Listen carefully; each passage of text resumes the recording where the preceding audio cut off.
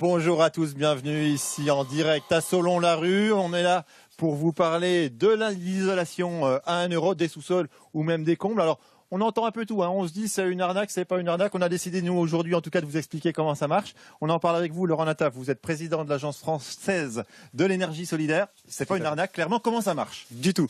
Tout ce dispositif découle d'une loi qui s'appelle la loi POP et qui existe depuis 2005, qui oblige tout simplement tous les distributeurs d'énergie en France à financer des opérations d'économie d'énergie. Alors, on va essayer d'être précis. Distributeurs d'énergie, ce sont les groupes pétroliers, ce sont les fournisseurs d'électricité, ça peut aussi être les grandes surfaces qui vendent du carburant, par exemple. Exactement, tout type de distributeur d'énergie, donc le grand groupe pétrolier, jusqu'au petit fueliste de région qui va distribuer du fuel pour les cuves des particuliers, en passant bien sûr par les supermarchés qui ont des pompes à essence dans leurs supermarchés. Donc en gros, eux ont un engagement avec l'État de dire qu'ils vont financer l'isolation des particuliers, prendre en charge la quasi-intégralité sauf 1 euro, c'est ça l'idée?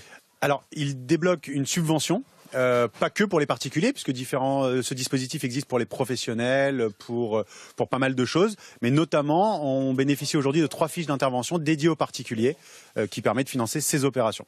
Alors vous intervenez à quel niveau? Vous êtes l'intermédiaire justement entre ces distributeurs d'énergie et puis les entreprises qui viennent faire les travaux sur le terrain? Alors nous sommes également maîtres d'œuvre de ces travaux, mais également mandataires d'un distributeur d'énergie. C'est-à-dire que nous sommes en contact direct avec le distributeur d'énergie qui nous passe commande d'un certain nombre d'opérations d'économie d'énergie à réaliser.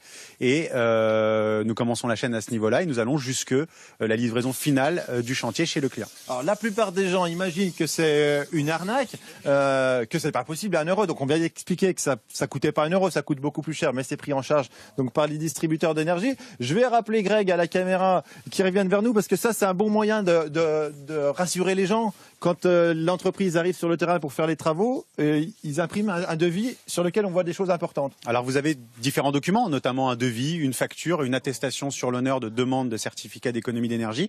Mais le plus important reste le reste à payer du client qui doit être d'1 euro. Donc voilà. Vous avez une prime qui est déduite du montant final que nous facturons aux distributeurs d'énergie, mais pour le client, c'est qu'1 euro, donc sans avance de fonds. Voilà, typiquement le chantier où nous sommes aujourd'hui, ça coûte en tout normalement 2 977 euros. Il y a 2 976 euros qui sont financés donc justement par le distributeur d'énergie, reste à payer 1 euro. Et puis pour rassurer les gens, le plus simple, c'est carrément de leur demander ce qu'ils en pensent. Et justement, il y a ici Alain qui nous accueille dans sa maison. Alain, vous étiez sceptique, prenez bien le micro devant la bouche. Ah oui, oui. Ça, vous vous êtes rassuré maintenant? Complètement. Alors quand je vois le travail comme il est fait, c'est vraiment du travail de spécialiste. Hein.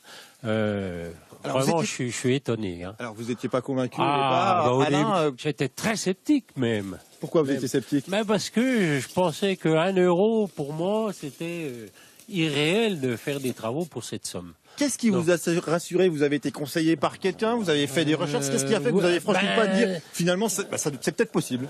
Oui, je suis déjà allé sur Internet parce qu'on m'a parlé de la loi POP. Et puis à partir de ce moment-là, je dis tiens, c'est peut-être pas si une arnaque que ça. Donc et puis après j'ai vu Monsieur Nataf là qui m'a vraiment rassuré. Et puis quand j'ai eu le devis de 1 euro, là, je dis non, il n'y a plus d'esbrouf. Voilà, c'est alors du vous tout. avez été, Alain, éligible. Je repose la question à Laurent qui nous a rejoint. Qui peut en profiter? Parce que ça a été longtemps uniquement sous critère de ressources pour les personnes les plus précaires. Ça a changé maintenant pour isoler son sous-sol depuis tout récemment, le mois d'août, je crois.